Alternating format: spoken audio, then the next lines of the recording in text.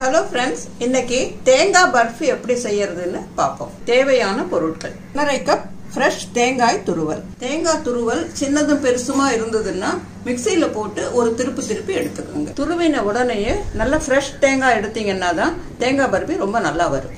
1/2 cup அளவுக்கு சர்க்கரை, 3 அல்லது 4 டேபிள் ஸ்பூன் அளவுக்கு நெய், 1 டேபிள் ஸ்பூன் கடலை மாவு, முந்திரி பருப்பு தேவைக்கேற்ப, 1/4 டீஸ்பூன் ஏலக்காய் தூள், 1 சிட்டிகை உப்பு.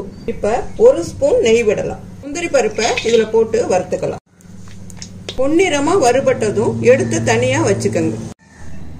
அந்த நெய்யில தேங்காய் துருவலை கொட்டிக்கோங்க. கடலை மாவு, அந்த கடலை மாவோட பச்சை வாசனை போறதுக்காக ஒரு 2 செகண்ட்ஸ் அதை வறுத்துக்கலாம். பச்சை வாசனை போனதுக்கு அப்புறம் இந்த சர்க்கரையை எடுத்து கொட்டிக்கலாம். இனிப்பு சுவையை தூக்கி கொடுக்க 1 சிட்டிகை உப்பு. கம்மி ஹீட்ல வச்சு கிளறிக்கிட்டே இருந்தோம்னா அந்த சர்க்கரை நல்லா உருகி வந்துடும். இந்த மாதிரி சர்க்கரை நல்லா உருகி இளகி வரும். எந்த தட்டுல கொட்ட போறீங்களோ அதுல நெய் தடவி ரெடியா வச்சுக்கோங்க. இந்த மாதிரி நல்லா கொதிக்க ஆரம்பிக்கும் போது 1 டேபிள் ஸ்பூன் நெய் சேர்த்துக்கோங்க. கிளற லேசா பூத்து வர ஆரம்பிக்குது. கைவிடாம கிளறிக்கிட்டே இருக்கணும், இல்லாட்டி அடி பிடிச்சிடும். தேவைன்னா 1-2 ஸ்பூன் நெய் விட்டுக்கோங்க. பூத்து வருது பாருங்க நல்லா.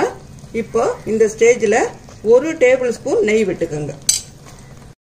இங்க பாருங்க நல்லா பூத்து வானலையில ஒட்டாம சுருண்டு வருது பாருங்க. இந்த ஸ்டேஜ்ல எடுத்து நம்ம நெய் தடவின தாம்பாளத்துல இதை கொட்டிடலாம். இப்போ 1/4 ஸ்பூன் அளவுக்கு ஏலக்காய் பொடி சேர்த்துக்கோங்க.